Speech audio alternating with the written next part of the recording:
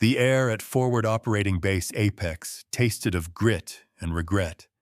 It was a fine, pervasive dust, the consistency of powdered rust, kicked up by the ceaseless Afghan wind and the churning tires of mine-resistant ambush-protected vehicles.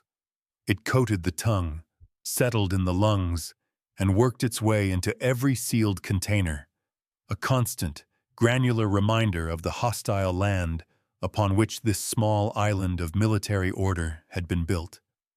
The dominant sound was the thrum of diesel generators, a monstrous, off-key hum that vibrated up through the soles of boots and became the tinnitus of life in the sector.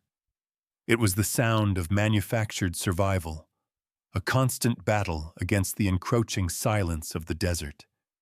The sun, a merciless white disk in a bleached-out sky, beat down on the gravel-filled HESCO barriers and corrugated metal roofs, radiating a heat that shimmered over the landscape and made the distant mountains tremble like a mirage. To the uninitiated, it was a vision of hell rendered in shades of beige and exhaustion. To the men who called it a temporary home, it was simply Tuesday. Inside the main dining facility, a cavernous structure of plywood and aluminum known universally as the DFAC, the atmosphere was only marginally better.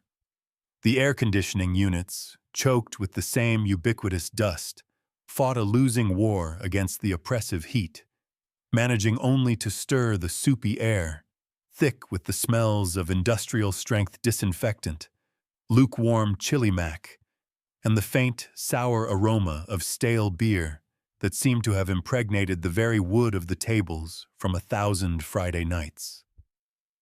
Fluorescent lights buzzed overhead, casting a sterile, greenish pallor on the faces of the Marines scattered throughout the hall. They ate with a practiced economy of motion, their conversations low and sporadic, the weariness of endless patrols etched into the lines around their eyes. This was a place of function, not comfort, a refueling station for the cogs in a great and grinding machine. In a corner, seated alone at a small, scarred table, was a woman. She did not belong. Every single detail about her presence was an anomaly, a discordant note in the harsh symphony of the fob. She wore simple civilian clothes, dark, practical trousers and a plain gray, long-sleeved shirt that seemed to absorb the light rather than reflect it. Her hair was pulled back in a severe, functional bun, revealing a face that was neither young nor old, a face that offered no immediate story. It was a face one might pass on any city street and forget instantly. She was of average height and build, possessing none of the overt physical presence that defined the men around her. She sat perfectly still, a cup of black coffee held in her hands, its steam rising in a lazy spiral towards the humming lights. She was not drinking it. She was simply holding it, her gaze fixed on a point somewhere in the middle distance, her expression placid, almost unnervingly serene. She was a statue of anonymity in a room full of uniformed identity. This woman was the reason Gunnery Sergeant Marcus Thorne was having a bad day. Thorne was a man carved from naval tradition and forged in the crucible of institutional arrogance. He stood 6 feet and 3 inches tall, with a barrel chest and a jaw that looked like it had been specifically designed for clenching. His high and tight haircut was a marvel of geometric precision, and his desert camouflage uniform was starched to the point of being a fire hazard. Authority radiated from him like heat from a furnace, a palpable force field of rank and unearned confidence. He was the undisputed king of this particular castle, the senior enlisted Marine for the logistics company that ran the FOB, and he patrolled its confines like a bulldog guarding a junkyard. His world was one of regulations, hierarchies, and the clear, unambiguous lines between those who belonged and those who did not. And the woman in the corner most certainly did not belong. Thorne had first spotted her an hour ago, walking near the motor pool with Lieutenant Miller, a fresh-faced officer barely old enough to shave. Miller was a good kid, but soft, and Thorne had seen him talking to this woman with a deference that grated on his nerves. He had made inquiries. The lieutenant, it turned out, had called in a favor to get his sister a spot on a supply convoy coming in from Bagram, allowing her a short, highly irregular visit. A sister, a civilian, here, in his world. The breach of protocol was offensive enough, but it was her demeanor that truly stoked the furnace of his irritation. She moved through the base with a quiet confidence that he found deeply insulting. She did not seem intimidated by the concertina wire, the armed guards, or the palpable tension that hung in the air. She simply observed, her calm a subtle but profound challenge to the order he so carefully maintained. He decided to address the situation. It was his duty, after all, to maintain the sanctity of his domain. He strode across the DFAC, his boots making heavy rhythmic thuds on the worn linoleum floor. The low murmur of conversation quieted as he passed, the Marines instinctively sensing the approach of a storm. He came to a stop before her table, positioning himself so that his shadow fell completely over her, eclipsing her in his bulk. He planted his hands on his hips, a classic posture of unimpeachable authority. "Can I help you, ma'am?" His voice was a low growl, laced with a condescending sweetness that was far more insulting than an outright shout. It was the voice he used for errant privates and clueless contractors. The woman slowly raised her eyes from the middle distance. They were a startlingly clear, intelligent gray, and for a moment they seemed to look straight through him, cataloging him not as a man or a Marine, but as a piece of data to be analyzed. There was no fear in them, no deference. There was nothing but a cool, detached curiosity. She did not speak. The silence stretched, thick and uncomfortable. Thorne felt a flush of anger creep up his neck. He was not a man accustomed to being met with silence. He was accustomed to immediate, unequivocal responses. "Yes, Gunny." "No, Gunny." "Right away, Gunny." Her quiet stillness was a form of defiance he did not know how to process. It was like shouting at a rock. "This is a forward operating base," he continued, his voice losing some of its feigned politeness. "A war zone, not a tourist destination. And this DFAC at this time is reserved for personnel receiving the daily intelligence brief. So whatever family reunion you think you're having, it's over. I need you to leave." He expected a reaction. Tears, perhaps. A stammered apology. An indignant protest. He got none of it. The woman simply tilted her head, a gesture of mild inquiry, as if he were a mildly interesting, but ultimately confusing specimen. Then she spoke. Her voice was low and even, without a trace of emotion. It was as gray and unremarkable as her shirt. "The intelligence brief for 3rd Platoon concluded 7 minutes ago. The space is currently unutilized." It was a simple statement of fact. A brutally correct statement of fact. Thorne knew it was true, but hearing it from her, delivered with such clinical precision, felt like a physical blow. It was as if she had reached into his rulebook and used it to slap him across the face. His mind reeled. How could she possibly know the briefing schedule? The information wasn't classified, but it wasn't public knowledge either. The insult of her correction was magnified by its quiet, unassailable accuracy. The jackal was not just dancing at the edge of the lion's kill radius. It was calmly explaining the principles of predatory dynamics to him. The few Marines still in the hall were watching now, their forks paused halfway to their mouths. They could smell blood in the water. Thorn felt his authority, the very bedrock of his identity, begin to fracture. He had to reassert control. He leaned forward, placing his scarred knuckles on her table, invading her personal space. The scent of his righteous indignation, a mix of sweat and cheap soap, washed over her. "You're a long way from home, little lady," he sneered, his voice dropping to a conspiratorial whisper that carried across the silent room. "You don't know how things work out here. This isn't a game. This is my house. And in my house we follow my rules. Now I'm not going to ask you again. Get out." To punctuate his command, he flicked his finger, striking the side of her coffee cup. It was a petty, childish gesture, meant to startle and demean. The cup slid across the table, spilling a dark, steaming puddle that crept towards the edge. The woman did not flinch. She did not gasp. She did not even look at the spilled coffee. Her gray eyes remained locked on his, her expression unchanged.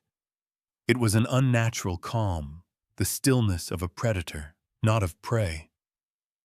It was the calm of a lioness allowing a jackal its foolish pre-fatal dance. She seemed to be waiting for something, and this unnerved Thorn more than any outburst could have. He had thrown his best punch, and it had passed right through her. His frustration curdled into white-hot rage. He opened his mouth to unleash a torrent of rank-fueled fury, to physically haul her from the chair if he had to. He never got the chance. The world ended in a concussive roar. It was not the familiar, almost comforting thump of outgoing artillery, but a violent, ground-shaking crack that seemed to come from everywhere at once. The air in the DFAC compressed, slapping everyone with a physical wave of pressure that popped their ears and stole their breath. The metal roof groaned in protest, and dust rained down from the rafters. A collective, primal shout of shock and alarm went up from the Marines. They were already moving, their training kicking in, chairs scraping and crashing to the floor as they scrambled for cover. Another explosion, this one closer, shattered the thick plexiglass of the windows, sending a shower of sharp, glittering fragments across the room. The lights flickered, buzzed violently, and then died, plunging the hall into a terrifying, dust-choked gloom, illuminated only by the panicked red glow of the emergency exit signs. "Mortars! Incoming!" Thorn's voice, a parade ground bellow honed over 2 decades, cut through the initial chaos. "Get down! Everyone down!" He was already on one knee, his training an instinctual shield against the terror. His mind was racing, cycling through immediate action drills. Establish a casualty collection point. Secure the perimeter. Get a head count. But another sound, a high-pitched, insidious whine, began to fill the air. It wasn't the sound of an incoming round. It was electronic. Every radio on every belt, every ruggedized laptop, every piece of communication gear in the room began to squeal with a deafening static. It was a sound Thorn had only ever heard in training simulations. Jamming, a sophisticated, wide-spectrum electronic attack. Their comms were down, all of them. Panic, cold and sharp, pierced through the armor of his training. Mortars were one thing. They were a known quantity. You could survive them. But this was different. This was coordinated, complex. The mortars were just the opening act, designed to drive them into chaos, while the real attack, the electronic one, blinded and deafened them. They were cut off from the tactical operations center, from each other, from any hope of air support. They were an island within an island, utterly and completely alone. The base was under a new kind of siege. The established leaders, The sergeants and young officers in the room were shouting orders that no one could hear over the electronic shriek and the panicked yells of the junior Marines. Their authority, so absolute moments before, had evaporated into the chaotic noise. They were just scared men in the dark, shouting protocols for a problem they had never actually faced. Their loud, by-the-book solutions were useless. The book had just been set on fire. And then, through the bedlam, a new element emerged, a change in the fabric of the chaos. It was movement. The woman, in the terrifying strobe-like flicker of the emergency lights, Thorne saw her rise from her chair. She had not ducked. She had not screamed. While everyone else had scrambled for the floor, she had remained seated, an island of impossible calm in a sea of pandemonium. Now she stood, and she began to move. Her movements were not rushed or panicked. They were fluid, economical, and imbued with a terrifying sense of purpose. It was the grace of a surgeon reaching for a scalpel, or a concert pianist addressing the keys. Every step was precise, every motion deliberate. She walked past the cowering Marines, her path a straight, undeviating line through the debris. She moved towards the exit that led not to the safety of a bunker, but deeper into the heart of the base, towards the Tactical Operations Center, the very brain that had just been so violently lobotomized. Thorne, on instinct, yelled at her, "Ma'am, get down! What are you doing?" She did not seem to hear him. Or if she did, she paid his command no mind. She reached the door and pushed it open, disappearing into the red-tinged darkness beyond. For a moment, Thorne was paralyzed by sheer, unadulterated disbelief. The absurdity of it was overwhelming. But then a deeper, more professional instinct took over. She was a civilian. She was going to get herself killed. He was a gunnery sergeant. It was his duty to protect her, no matter how infuriating she was. Cursing, he scrambled to his feet and charged after her into the heart of the storm. The scene outside was apocalyptic. The air was thick with smoke and the acrid smell of high explosives. The ceaseless generator hum had been replaced by the frantic shrieking of emergency sirens. A third mortar round impacted near the armory, sending a geyser of earth and fire into the sky. The electronic squeal was even louder out here, a physical pressure on the skull. Thorne could see figures running in the swirling dust, their shouts swallowed by the noise. He scanned the chaos, looking for the small, gray figure. He saw her, already halfway to the TOC, moving with that same eerie, purposeful calm. She walked as if the explosions were a minor inconvenience, the electronic warfare a bothersome background hum. He sprinted to catch up, his lungs burning from the smoke-filled air. He reached the heavy steel door of the TOC just as she did. She didn't knock. She didn't hesitate. She typed a 5-digit code into the keypad next to the door. The lock beeped and clicked open. Thorne froze, his hand outstretched. His mind simply stopped working. That code was classified. It was changed weekly. It was known only to a handful of senior command and intelligence personnel on the entire base. How could she possibly know it? Who was she?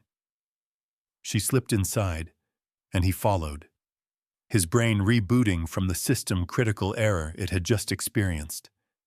The scene inside the TOC was one of controlled panic. The large screens that normally displayed drone feeds, satellite imagery, and battlefield maps were all dead, filled with cascading lines of corrupted code or blinding static. Radio operators were frantically turning dials and shouting into dead handsets. The commanding officer, a young, overwhelmed captain, was staring at the blank screens, his face ashen. "All comms are down," someone yelled. "Total blackout." I can't even get a signal to the command post 10 feet away. Counter-battery radar is offline, another voice shouted. The EW is frying the systems. We can't track the mortars. The captain looked lost. Get me a runner to the QRF. Tell them to... Negative. The voice was quiet, calm, and cut through the panicked din like a diamond blade through glass. It was her. The woman. She had walked to the central command console, the nerve center of the entire operation, and was looking at the dead screens not with fear, but with an air of professional assessment, like a mechanic diagnosing a faulty engine. Every head in the TOC turned to stare at her. The captain, his authority challenged, sputtered. Who the hell are you? This is a restricted area. Gunny, get this civilian out of here. Thorne took a step forward, but he hesitated. The image of her typing in the door code was burned into his mind. He was no longer sure of anything. The woman ignored the captain entirely. Her fingers flew across a keyboard, typing in lines of code with a speed and fluency that was mesmerizing. She was not trying to reboot the system. She was bypassing it, digging deep into the machine's core programming. A single small command window opened on the main screen, a tiny island of black in an ocean of static. The attack is multi-layered, she said, her voice still a clinical monotone, yet it now carried an undeniable weight of absolute authority. She was not speaking to the captain, or to Thorne, or to anyone in particular. She was narrating her analysis. The primary assault is a high-gain frequency agile jamming array, likely positioned on the northern ridge. It's targeting our SATC, OM, and VHF bands. The mortar fire is a distraction, but also a rangefinder. They're bracketing the base, calibrating for a sustained bombardment on key structures. The TOC is third on their list. A chill went down Thorne's spine. She had diagnosed the entire complex attack in less than 30 seconds, without a single working sensor. The room was silent now, the only sounds the frantic clicking of her keyboard and the ceaseless electronic shriek from outside. Get me a hardline connection to the AN/TPQ-53 radar system, she commanded without looking up. Bypass the central network processor. I need raw, pre-decryption signal data, now. The radar technician, a young sergeant, stared at her, then at his captain, his face a mask of confusion. Did you hear me, Sergeant? She asked, her voice dropping a single cold degree. She still didn't look at him, but the authority in her tone was like a physical force. It was the voice of someone who had never had an order questioned in her entire life. The sergeant, acting on an instinct older than military protocol, nodded dumbly and scrambled to obey, pulling cables and patching them into a port on her console. You, she said, her finger pointing unerringly at the communications chief without her eyes leaving the screen. Isolate a single HF sideband channel. Find the quietest frequency you can, sub 5 megahertz. We're going to punch a signal through under their noise floor.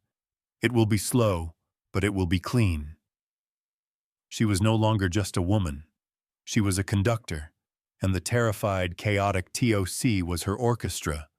She issued a string of complex, highly technical orders, each one a precise and calculated countermove to the enemy's attack. She spoke a foreign language of expertise, a dialect of ciphers and signals, of electronic countermeasures and targeting algorithms. She was rebuilding their shattered nervous system from scratch, rerouting the signals around the damage, creating new pathways of information where none had existed moments before. Raw data began to stream into her small command window. It was a waterfall of meaningless numbers and symbols to everyone else in the room. To her, it was a conversation. Her fingers danced across the keyboard, translating the raw signal noise from the radar. The enemy jamming was designed to scramble the radar's own interpretation software, rendering it useless. She was doing the work of a $1 million computer processor inside her own head. Triangulating, she murmured. They're using a slight frequency hop to mask their location. Clever.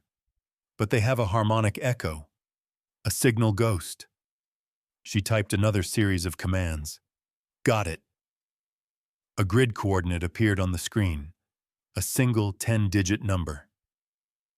That's the mortar team, she stated, as if announcing the time. They are located at Grid 42 SQU 81,754 36,991. They are packing up. You have a 90-second window to engage. She turned to the artillery officer. Your M777 howitzers, can you fire them on manual targeting without fire control? The officer, a shell-shocked first lieutenant, stammered. The system is down. We'd have to do the calculations by hand. Then start calculating, she said, her voice devoid of patience. Azimuth 2864 mils, elevation 4-8-2 mils, charge 5, high explosive proximity fuse, fire for effect. You have 75 seconds. The lieutenant stared at her, his mouth agape. She had just done the complex ballistic calculations in her head in less time than it took him to process the question. He turned and ran from the TOC, shouting the coordinates to his gun crews. The entire room, from the captain down to the lowest private, was now frozen in a state of profound and absolute awe. They were witnessing a master at work, a performance of such sublime competence that it transcended rank, protocol, and the sheer terror of their situation. Gunnery Sergeant Thorne stood against the far wall, his own considerable authority reduced to ashes. He was a child watching a god build a universe. The woman in the plain gray shirt, the civilian he had threatened and belittled, was single-handedly fighting and winning a war he hadn't even understood was being waged. His humiliation was so total, so complete, that it circled all the way back around to a kind of spiritual reverence. A heavy boom, followed by two more in quick succession, shook the building. It was the sound of their own artillery, the howitzers speaking for the first time since the attack began. A tense silence descended upon the TOC. They waited. 10 seconds. 20. 30. The high-pitched electronic squeal from outside faltered. It sputtered, died, and was replaced by the blessed, beautiful roar of the base's generators. The main screens in the TOC flickered back to life, one by one, displaying their familiar, comforting tactical data. The radios crackled, and a voice tinny and laced with static but blessedly clear came through. Sunray, this is Gun 6, splash over. We have multiple secondary explosions at target grid. Repeat, target destroyed. A ragged, spontaneous cheer erupted in the TOC. The men clapped each other on the back, their faces streaked with a mixture of dust and joyful tears. The immediate crisis was over. The attack had been broken, and it had all been done by the quiet, anonymous woman who now stood calmly before the central console, watching the data streams return to normal. Just then, the heavy steel door to the TOC burst open. Framed in the doorway was Colonel Madsen, the base commander, a grizzled veteran with a face that looked like it had been carved from granite and fury. He was flanked by two heavily armed guards, and his eyes swept the room, taking in the scene of jubilation. "Report!" he barked, his voice silencing the celebration instantly. "What in the blue hell just happened?" The young captain stepped forward, still dazed. "Sir, we were hit with a coordinated EW and mortar attack. Comms and sensors were down. He stopped. The colonel was no longer looking at him. His gaze had settled on the woman by the console. The fury on Madsen's face dissolved, replaced by a sequence of emotions that Thorne would replay in his mind for the rest of his life. First, utter disbelief, then dawning comprehension, and finally, a look of profound, almost fearful respect. Colonel Madsen drew himself up to his full height. He took a deep, steadying breath, and then he bellowed a command that echoed off the concrete walls, a command so unexpected, so fundamentally world-altering, that it sent a shockwave through the room. "Attention on deck!" Instinct, drilled into them since their first day of boot camp, took over. Every Marine in the room, including Gunnery Sergeant Thorne, snapped to the rigid, unwavering posture of attention. Their bodies obeyed the order before their minds could even begin to process the reason for it. A full colonel, the commanding officer of the entire sector, had called the room to attention not for himself, but for a civilian woman in a gray shirt. It was a violation of every protocol they had ever known. It was impossible. Colonel Madsen took 3 crisp steps forward, stopping directly in front of the woman. He executed a salute so sharp, so precise it could have cut glass. It was not the perfunctory gesture of a superior officer. It was the deep, reverent salute one reserves for a head of state or a living legend. "Director," he said, his voice tight with a mixture of awe and embarrassment. I had no idea you were on this base. You're not on any manifest. My apologies for the reception." The woman finally turned her head away from the screens. She looked at the colonel, and for the first time, a flicker of something other than calm detachment crossed her face. It was a faint, weary amusement.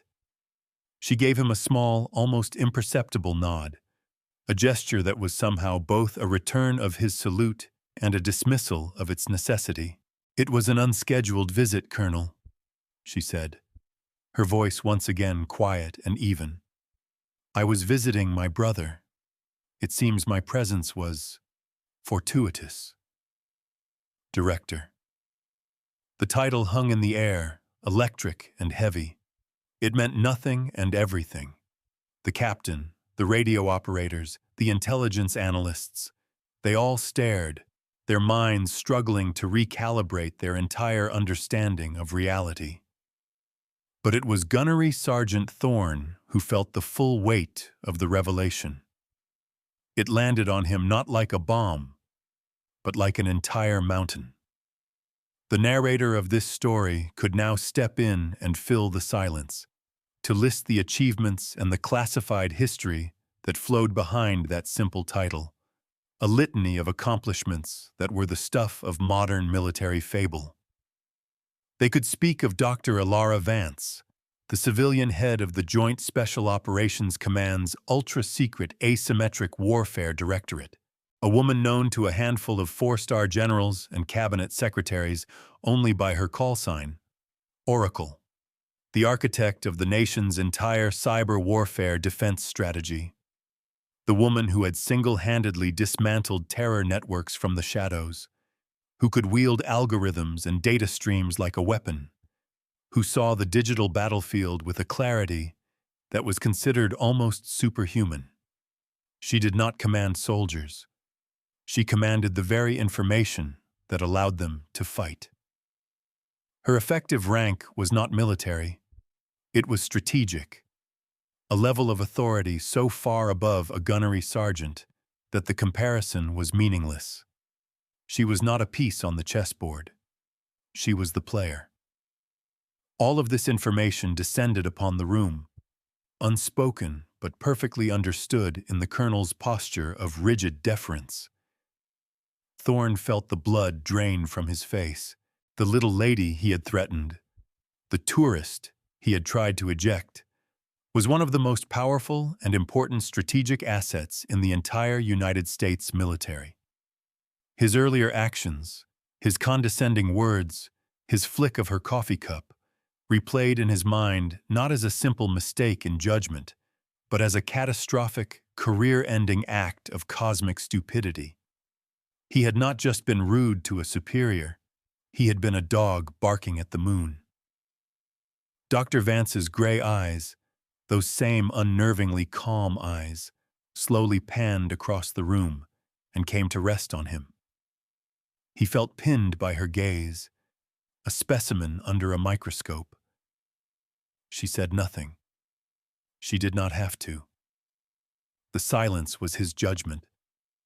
After the immediate aftermath was settled, after the all-clear was given, and the base began to piece itself back together, Colonel Madsen escorted Dr. Vance to his private office. He offered her his own chair. She declined, preferring to stand and look out the reinforced window at the flurry of activity she had orchestrated. Thorne was summoned. He was told to wait outside the door. He stood there for what felt like an eternity, his body locked at a rigid brace, his mind a howling vortex of shame. Every footstep in the hallway felt like the approach of the executioner. Finally, the door opened. Colonel Madsen stood there, his face grim. "Gunny, the director will see you now." Thorne walked into the room. It felt like walking to his own court-martial. Dr. Vance stood with her back to him, her hands clasped behind her. She did not turn around. "Gunnery Sergeant Thorne," she began, her voice calm and clinical. It was the voice of a scientist discussing a failed experiment.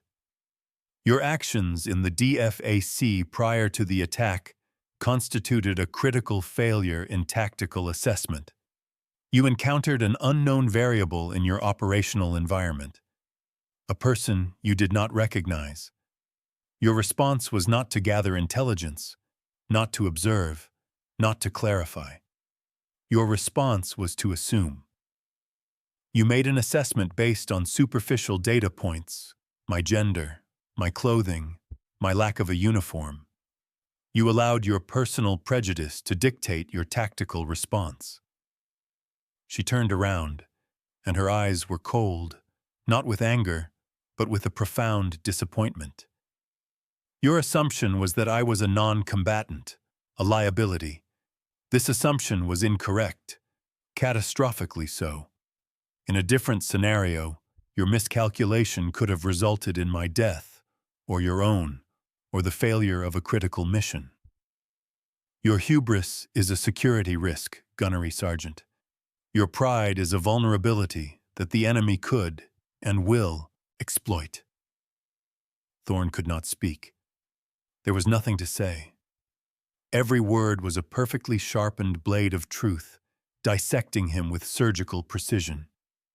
He had never been spoken to this way in his life. He was not being yelled at.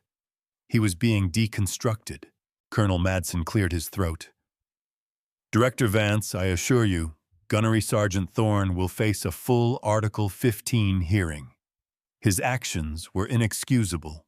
"No," she interrupted, holding up a hand. "That would be inefficient. A non-judicial punishment will teach him to fear the consequences of disrespecting authority. It will not teach him how to correct the underlying flaw in his thinking. His problem is not a lack of discipline. It is a lack of perspective." She took a step closer to Thorne. "I am requisitioning you, Gunnery Sergeant.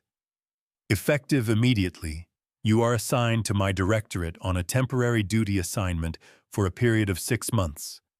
You will serve as my personal administrative liaison. You will carry my bags. You will manage my schedule. You will sit in every meeting. You will read every report I allow you to read, and you will observe the true nature of modern warfare. You will be my shadow, and in the shadow, you will learn to see what is real, not just what is apparent. You will learn that authority is not about the uniform you wear or the volume of your voice. It is about the competence you possess. Consider this your re-education. Colonel, please see to the paperwork." Without another word, she turned and walked out of the office, leaving Gunnery Sergeant Thorne standing in the ruins of his own worldview. It was not a punishment. It was something far more profound. It was an education, delivered with the cold, inescapable logic of a master teacher. The story of what happened that day at FOB Apex passed into legend. It became a modern military fable, a cautionary tale told to new lieutenants at the basic school and to young sergeants at the NCO academies. The details, as they always do, grew with each telling. In some versions, Dr. Vance fought off attackers with her bare hands. In others, she rewrote the laws of physics to defeat the enemy. But the core of the story, the essential truth of it, remained unchanged. It was the story of the quiet professional, the hidden master, who reminded an entire institution that substance will always, in the end, triumph over style. Years passed. Marcus Thorne completed his 6 months of temporary duty, and then he requested an extension, and another. He spent 2 full years as Dr. Alara Vance's shadow. He traveled the world, not to dusty FOBs, but to sterile data centers, to subterranean think tanks, to the quiet, air-conditioned rooms where the real wars of the 21st century were being fought. He saw men and women in civilian clothes, people who looked like accountants and librarians, wield power that could bring nations to their knees without firing a single shot. He learned the language of the new battlefield, and in doing so, he learned the true meaning of humility. He was, as she had intended, re-educated. We see him one last time, a decade later. He is Master Gunnery Sergeant Thorne now, an instructor at the Senior Enlisted Academy. He is no longer the loud, arrogant bulldog of FOB Apex. He is quiet, thoughtful, his voice calm and measured. His presence commands a different kind of respect now, one born not of intimidation, but of earned wisdom. He stands before a class of the Marine Corps' best and brightest young leaders. Your greatest tactical vulnerability, he tells them, his eyes scanning the faces of the next generation, is your own certainty. It is the assumption that you understand the battlefield. The moment you believe you have all the answers is the moment you have guaranteed your own defeat. Look for the anomalies, the quiet variables, the things that do not fit your preconceived notions. That is where you will find the truth of the situation.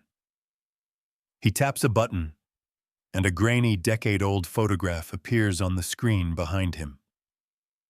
It is a picture of a plain, unremarkable woman in a gray shirt, sitting alone in a dusty DFAC.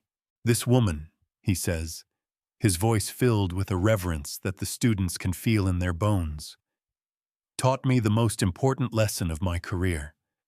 She taught me that true strength is quiet. True authority is not claimed, it is recognized. She taught me that you must never, ever judge a person's capabilities by the attainer they come in. He pauses, letting the weight of his words settle in the room. Let your actions be your argument. Everything else is just noise. And so the lesson lived on, passed from a humbled student to a new class of warriors. The explicit moral of the fable was this: in the grand, grinding machinery of conflict and human endeavor, the loudest voice in the room is often the most insecure. The most decorated uniform is not always worn by the most dangerous person. True power, the kind that can change the world, often resides in the quietest corners, hidden behind the most unassuming faces, waiting patiently for the moment of crisis to reveal itself. It is a power built not on rank or title, but on a foundation of pure, undeniable, and often silent competence.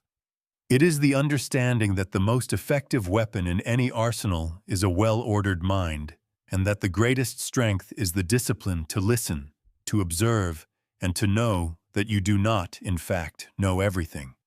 It is a lesson that Gunnery Sergeant Thorne learned in the dust and fire of a place called Apex, and it is a lesson that echoes still, a quiet truth in a world that is often too loud to hear it.